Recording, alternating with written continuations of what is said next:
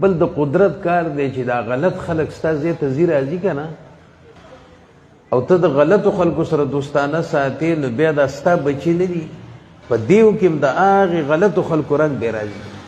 او چې ستا ځای ته نیکان خلک راځي نو ستا بچي به په رنګ کې رنګ کېږي علما راځي تبلیغي حضرات راځي مجاهدین راځي حاجیان راځي نیکان خلک راځي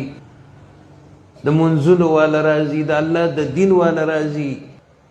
نو ستا په دې بچو کې بقه د دین رنګ شروع کېږي او چې مثال کې بدعمله انسان راځي او هغه سګرټ هم څکي او چرس هم څکي او مونځ هم نه کوي نو بس خدای مکه ستا په دې ماشومان رنګ به تې والي په هغه کې مکه رنګ راځي